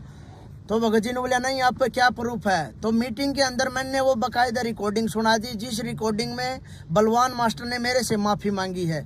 उसके बाद में कुछ भक्तों के मेरे पास फ़ोन भी आए, दीपू ऐसा क्या मैटर कर दिया जो बड़े बड़े भगत तेरे से माफ़ी मांग रहे हैं, वहाँ गलती कर रहे हैं बड़े बड़े, ये उम्र में बड़े ही न, बेरा तो गदी का भी को नहीं, क्या है का नहीं बेरा ही न, तो हैं सारे एक नंबर के झूठे हैं, ये चोर हैं, फालतू में पेट्रोल फूका गाड़ियां का ही न, कुछ मतलब को नहीं, और फिर झूठ बोल रहे हैं। फिर ये नुको अब भी हमें मीटिंग के अंदर बैठे हैं, भले अब भी हमें तेरे पे विश्वास नहीं है, मीटिंग के अंदर बैठे थे माँ क्या विश्वास नहीं है, भले ये तेरा फोन दे, भले अब भी तूने फोन रिकॉर्डिंग पे लगा रखा होगा। फिर मम्मा का भगत भाई बैठे हैं, कोई आप यार दारू थोड़ी बेचा है, परमात्मा की चर्चा कर रहा हूँ, दे रिकॉर्डिंग, तेरे दिक्कत के डर किस बात का है, भले नहीं नहीं तेरे ऊपर विश्वास नहीं है। फिर मगा विश्वास तो तू भगवान पे करे, मेरे पे क्यों करे है, भले नहीं ये फोन दे, मगा फोन मेरा है, मेरी इजाजत के बगैर फोन का हाथ ना लगाइए। तो भक्तों उन्होंने फोन का हाथ नहीं लगाया। उसके बाद में भक्तों इन जो भी मेरे साथ अत्याचार इन्होंने करने थे वो सभी इन्होंने कर लिए हैं। नो एंट्री मेरी कर दी है, नो एंट्री के बाद इन्हें मैं बाहर भी काट दिया हूँ। अब उसके बाद में इन्होंने मेरा ठगी का पर्चा निकाल दिया है। मैं मेरे सातरोड गांव में गया था, एक मेरा संदीप है भगत भाई, जिनसे अक्सर मेरा आना जाना रहता था। कभी कभार मेरी भगतमती अपने घर पे चली जाती थी तो हो सकता था मैं भंडारा भी उनके घर करूं। तो मेरा इतना प्रेम था उनके साथ में, मैं उनसे वैसे ही मिलने गया। तो वैसे मिलने का किसी भगत के घर पे जाऊंगा तो वो चर्चा भी करेगा, कुछ क्वेश्चन भी करेगा, मेरे को उनका जवाब भी देना पड़ेगा। उसके घर से आते ही इन्होंने मेरे पास राजेश शिवानी का फोन करवाया, अक दीपू तू क्यों भगतों के घर पे जाता है। मैं कहा भाई भगत भाइयों का तो घर में जाऊंगा जिन तक मेरी सच्चाई बहुत दिक्कत की है। तो राजेश शिवानी ने बोलिया भाई तू भगता का घर ना जाया कर। मैं कहा भाई भगता घर जाऊंगा। फिर बोले ये तेरे पीले पर्चे काटेंगे। मैं कहा मेरे चाहिए पीले पर्चे काटो चाहिए काले काटो, मना कोई मतलब को नहीं है। और मैं कहा भगता का मैं क्यों जाऊंगा, किसी भगत गला मेरी सच्चाई बच्ची है तो मैं उसका जाऊँ हूँ, नहीं मैं किसी भगत भाई का तो थूकने भी को नहीं जाऊँ। कोई इतनी मरोड़ करे तो कि दीपू तू यहाँ ना आइए, मन मेरे गुरुजी ही जरूरत है, किसी भगत भाई की को नहीं। लेकिन 6 मिनट की राजेश शिवानी की रिकॉर्डिंग है मेरे पास, उसने जो जो बोला वो सारा रिकॉर्ड है। बोला देख लिए दीपू मैं तो तेरे को समझाऊँ, आगे तेरे पीले पर्चे काटेंगे। मैं पीले पर्चे काटो चाहे काले काटो, मम्मा का मन ने कोई मतलब को नहीं। बार बार मेरे पर दबाव दे हुए हैं, अब तू आश्रम के अंदर आ जा दीपू, गुरुजिया से तेरी माफी करवा देंगे। मैं इन्हें साफ यह बात कहूँ, अरे मैंने को गाँव थोड़ी काट दी, मेरी क्या की माफी करवाओगे तम, मैंने गलती है को नहीं करी, मैं माफी क्यों मांगू। भले तू आश्रम में आ जा। मैं कहा ना तो किसी नामदान सेंटर पाऊँ और ना किसी आश्रम में आऊँ, जब तक मेरे गुरुजी जेल से बाहर आके कहीं पृथ्वी पे आके आसन ग्रहण नहीं करते ना, इतने जीते जी दीपू कभी नहीं आऊगा। नोबला पक्का अटल इरादा तेरा, मखा मन्नत बोल दिया, साफ है मेरा ये और फाइनल फैसला, मैं नहीं आऊँगा कभी भी। अब ये बार बार मेरे पर दबाव दे रहे, बोले छोटी प्रार्थना दे दे लिख के। मामा का प्रार्थना में लिखित में देता है कोनी, गुरुजी ने बोल रखा है अगर आप जोत का दंडवत प्रणाम करोगे, वो भी मैंने सब सुना है, तो मैं मेरी जोत का दंडवत प्रणाम करूँ हूँ और मैं मेरे गुरुजी पर मेरी माफ़ी मांगू हूँ। आगे अगर मैं कहीं पर गलत हूँगा तो गुरुजी इतने भक्तों के घर पर जाके प्रकट होकर गुरुजी कुछ ना कुछ बोलते हैं, मैं अपनी गुरुजी मेरे पास आऊँगे, मैं अपनी समय याचना कर लूँगा गुरुजियों से, गुरुजी मेरे से गलती बन गई, क्या मैटर है गुरुजी मेरे को अपने आप समझा देंगे। लेकिन मैं तुम्हें झूठों के बीच में मैं नहीं आऊँगा।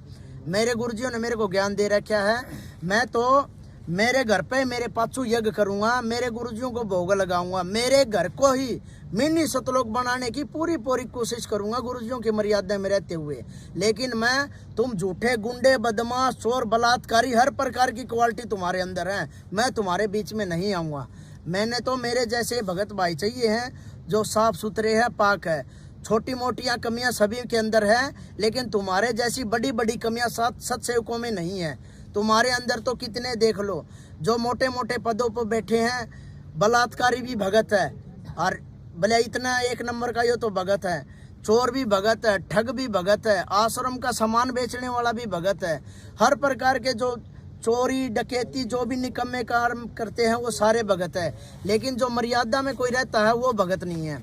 भक्तों, परमात्मा की दया से बार बार आपको यही बता रहे हैं, सत सेवकों से जुड़ने की कोशिश करो। ये भाई भगत भाई और बहनें, इनका बहुत अच्छा आचरण है और परमात्मा को भोग लगाते हैं। आगे आने वाले समय में परमात्मा का इसी तरह से हर घर में परमात्मा की सत्संगति होगी और परमात्मा का इसी तरीके से भोग लगेगा। 6 या 7 साल के अंदर हरियाणा सतलोक आश्रम मैनेजमेंट का यह बुरा हाल है जो मेरे को देखने को मिला है। लठबाज, गाली गलौच, बहनों के साथ में बलात्कार, चोरी जारी, सब रिश्वतखोरी इनके अंदर सब वो है। परमात्मा कभी तो अब ये देखो पुलिस का सहारा लेने लग गए हैं, लेकिन भक्तों परमात्मा ने तो यही बताया भाई अपना यहाँ कोई नहीं है। आज देखो इन्होंने जो आर्य समाजी हमारे साथ बर्ताव कर रहे थे, आज सत्सेवकों के साथ में हरियाणा आश्रम के जो ये मैनेजमेंट वाले हैं सतलोक आश्रम के, ये कर रहे हैं। भगत भाइयों को पीट रहे हैं, बहनों को पीट रहे हैं, बहनों को ऐसी गंदी गंदी गालियां देते हैं। शराब पी पी के ये आते हैं और भक्तों को लठ मारते हैं। क्या हमारे गुरुजियों ने यही सिखाया है क्या? भक्तों आप तो मेरे से बहुत पहले जुड़े हैं, 7 साल हो गए मेरे को हमारे गुरुजियों के सत्संग सुनते हुए। हमारे गुरुजियों ने कभी भी ऐसी शिक्षा नहीं दी है अब मेरा भगत कोई गाली गलौच करेगा या मेरा भगत कोई लठ मारेगा। आप तुम्ही ने तो बताया है कोई भी कांड होता है, कोई भी झगड़ा होता है, गुरुजी तुम्हें एक बात बोलते हैं, गेट पर ताला और हाथ में माला। तो ये आश्रम में बम कौन पड़वा हुआ है? ये सब फर्जी महेंद्र भगोड़ा के आदेश है। गुरुजी ऐसा कोई आदेश नहीं देते। मैंने तो आज तक गुरुजियों का आशीर्वाद भी नहीं लिया है। जो कुछ भी आपने ही बताया है, जो पुराने भगत है, जो सेवक हैं, उन्हीं ने बताया है। कुछ बहनों ने मेरे को बताया है कि दीपू ऐसे होता था आश्रम में, कुछ पुराने भक्तों ने मेरे को बताया है और गुरुजियों का मैंने ज्ञान सुना है। आज तक मैंने तो गुरुजियों से आशीर्वाद भी नहीं लिया है। जो कुछ भी बताया तुमने ही बताया है और मैंने तुम्हारी बात पे स्टैंड लिया है और तुम्हारी बात पे स्टैंड लिया है। जब मैं सत्य के मार्ग में चला हूँ, जो इनाम मेरे गुरुजियों को मिले हैं आज वो हमें सत्सेव को भी सभी को मिल रहे हैं, दीपू को भी वही इनाम मिला है। तो भक्तों परमात्मा की दया से दीपू भगत जी आपसे हाथ जोड़ के प्रार्थना कर रहे हैं। मेरे सभी भाई भगत बहनों और भाइयों से हाथ जोड़ के प्रार्थना है, जितना भी हो सके साथ संगति वालों के वीडियो देखो और परमात्मा की दया से साथ संगति से जुड़ने की कोशिश करो। आज के इस साथ संगति में दीपू पहली बार आया है, जहां लुधियाना की साथ संगति थी। मुझे यहां आने के बाद बहुत अच्छा महसूस हुआ है और परमात्मा की दया से आज जो मैं वीडियो में जो भी बोल रहा हूं वो मुझे आज खुद को भी ऐसा लग रहा है भाई जैसे कई सारी बातें रह गई है जो आपके सामने पेश करनी थी, लेकिन परमात्मा की दया से आज मैं बोलने में थोड़ा बहुत हिचकिचा रहा हूँ। कुछ पॉइंट जो मैंने बोलने थे वो मेरे से बोले नहीं गए हैं। परमात्मा की दया से आगे से संघर्ष जारी रहेगा और आगे अच्छी तरह से जो सच्चाई होगी आश्रमों की, इन भक्तों की जो भक्तों को स्वांग किए हुए हैं, इनकी सारी सच्चाई आपके सामने उजागर करूंगा, जिसका परिणाम मेरी मृत्यु तक भी हो सकता है। लेकिन मैं मेरे भगत भाइयों को जगाने के लिए अपनी कुर्बानी देने के लिए तैयार हूं। परमात्मा की दया से जितने भी मेरे भगत भाई हैं सभी को सच्चाई से परिचित कराऊंगा और इन घटिया गुंडे और बदमाशों से और इनकी सारी हरकतें मैं आपको बताऊंगा। ऐसा सतलोक आश्रम मैनेजमेंट का कोई भी गुंडा या बदमाश ऐसा नहीं है कि कोई बंदी छोड़ सतगुरुदेव रामपाल जी महाराज का भगत को कोई डरा सके या धमका सके। अगर कोई भगत परमात्मा का भगत है तो वो बिल्कुल नहीं डरेगा, और वैसे डरने वाले बहुत है लेकिन वो भक्तों की गिनती में भी नहीं आते हैं। तो परमात्मा की दया से भक्तों आज दास सिर्फ इतना ही बोलेगा। आगे परमात्मा की दया से आज मैं थोड़ा पहली बार कैमरे के सामने आया हूँ, थोड़ा हिचकिचा रहा हूँ, लेकिन आगे वाली वीडियो में आपको साफ तौर पर इनकी सारी सच्चाई बताऊंगा। जो अभी तक जो मेरे पास और भी पेंडिंग बातें हैं, जो प्रूफ है, हर प्रकार की मैं आपके सामने पेश करूंगा। सत साहिब छोड़ सतगुरु रामपाल जी भगवान की जय हो। सच्चाई भाई और बहनों, दया परमपिता परमात्मा की। भाई और बहन अपने भाई बहनों के लिए देखो ये ठंडा ले आए हैं, रात्रि का समय है, कितनी सेवा कर रहे हैं परमात्मा के बच्चों की, क्योंकि इनको पता है कि ये पृथ्वी के ये असली योगिक हैं, ये असली साधक हैं और इनकी जितनी सेवा की जाए उतना ही कम है, क्योंकि ये ज्ञान समझ चुके हैं परमपिता परमेश्वर जी का। तो पुण्यात्माओं, आज आपको दीपक भाई ने बहुत सारी बातें बताई हैं और ये मैं भी मानता हूँ कि आज ये पहली बार जो है ये लाइव आ रहे हैं। हालांकि लाइव नहीं, हम लोग ये वीडियो बना रहे हैं, बाद में हम इसको लाइव चलाएंगे। तो पहली बार में थोड़ा सा मतलब आदमी के अंदर थोड़ी सी हिचकिचाहट होती है, लेकिन आप जी रोजाना 8:30 बजे लाइव जुड़े। दास का जो फेसबुक पेज है पवन दास इज लाइव, फेसबुक पे जाएंगे आप, अंग्रेजी में लिखेंगे पवन दास इज लाइव, दास का फेसबुक पेज आ जाएगा, आप उसको फॉलो करें। रोजाना रात्रि 8:30 बजे हम दिन में भी लाइव आने का प्रयास करेंगे बीच बीच में, लेकिन रात्रि 8:30 बजे अब हम रोजाना लाइव आने का प्रयास करेंगे। दास नहीं आया तो दीपक भाई लाइव आएगा, या कभी कजोड़ भगत जी लाइव आएंगे, कभी और लाइव आएगा। रोजाना आपको 8:30 बजे हम कोशिश करेंगे कि 1 घंटा 2 घंटे का लाइव दिखाएं, आपको सच्चाई से रूबरू करवाएं। बहुत सारी बातें हैं जो ये आज आपको नहीं बता पाए हैं। ऐसे ऐसे किस्से हैं जो गुरुजी के साथ में जो घटनाएं घटित हुई हैं, उससे आपका विश्वास भी बढ़ेगा, उससे आपको हकीकत का भी मालूम पड़ेगा। जैसे कि आपको दीपक भाई ने बताया कि गुरुदेव का जो बड़ा लड़का वीरेंद्र जो कि जेल में है, हालांकि अब हो सकता है जमानत करा के वो बाहर होगा भी शायद। जब उसके पड़ने लगे लठ, तो जो जगत वाले उसके साथ में थे चक्की में, तो जगत वालों को कह रहा था कि इस बुड्ढे ने तो हमारा जीवन बर्बाद कर दिया, गुरुजी के लिए कि इस बुड्ढे ने तो हमारा जीवन बर्बाद कर दिया, फालतू में माना अड़े लाके पटक दिया। और 2006 वो अखबार की कटिंग आज भी रखी है हमारे पास, तारीख पर जब करोता कांड हुआ था 2006 में, ये मनोज, ये वीरेंद्र, ये गुरुजी की पत्नी, ये उनके अखबारों में स्टेटमेंट आए थे कि हमारे को मुंह दिखाने के लायक नहीं छोड़ा इसने, ये बन गया मोटा। आज ये तुम्हारे लिए ब्रह्मा विष्णु महेश बन रहे हैं सिर्फ तुम्हारी अज्ञानता के चलते, तुम्हारी नालायकी के चलते। तुम लाल और लालड़ी की पहचान नहीं कर पा रहे, और ये लाल और लालड़ी की पहचान करवाने के लिए परमात्मा ने ज्ञान दिया है, 7 संगतियां दी हैं। इस भक्ति मार्ग में गुरुजी का सबसे बड़ा कोई दुश्मन है, सबसे बड़ा कोई रोड़ा है तो उनका परिवार है। ये बेटा बेटी, भाई बंधु, रिश्तेदार, जमाई और इनके चमचे, ये स्टेट कोऑर्डिनेटर, ये नामदान संचालक, सबसे बड़े बाधक, सबसे बड़े दुश्मन है ये परमात्मा के। और जो जो व्यक्ति इनकी संगति करेगा, इनका साथ देगा, वो भी परमात्मा को उतना ही बड़ा जो वो शत्रु की जो है वो गिनती में आएगा।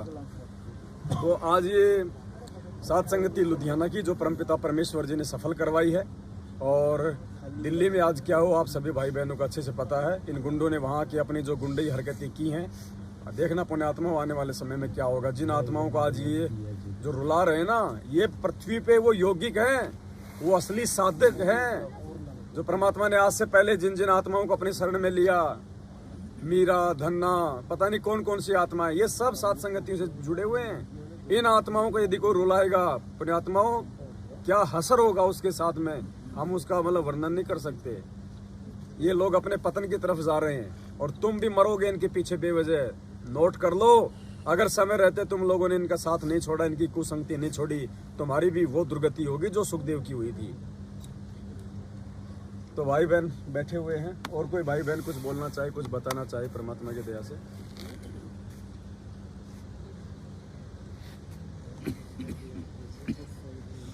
बहन कहाँ है? गोल्डी बहन कौन है? सतसाई बाबू जी। सतसाई गोल्डी बहन कौन है? कहाँ है? सो गई क्या? चलो कोई बात नहीं। चलो ठीक है पुण्यात्मा, आज का ये वीडियो हम यहीं पे समाप्त करते हैं। परमात्मा दया करेंगे, आगे फिर आपसे मिलेंगे, और वीडियो को ज़्यादा से ज़्यादा शेयर करें, भाई बहनों को अवेयर करें। सत साहिब बंदी छोड़ सतगुरु रामपाल जी भगवान की जय।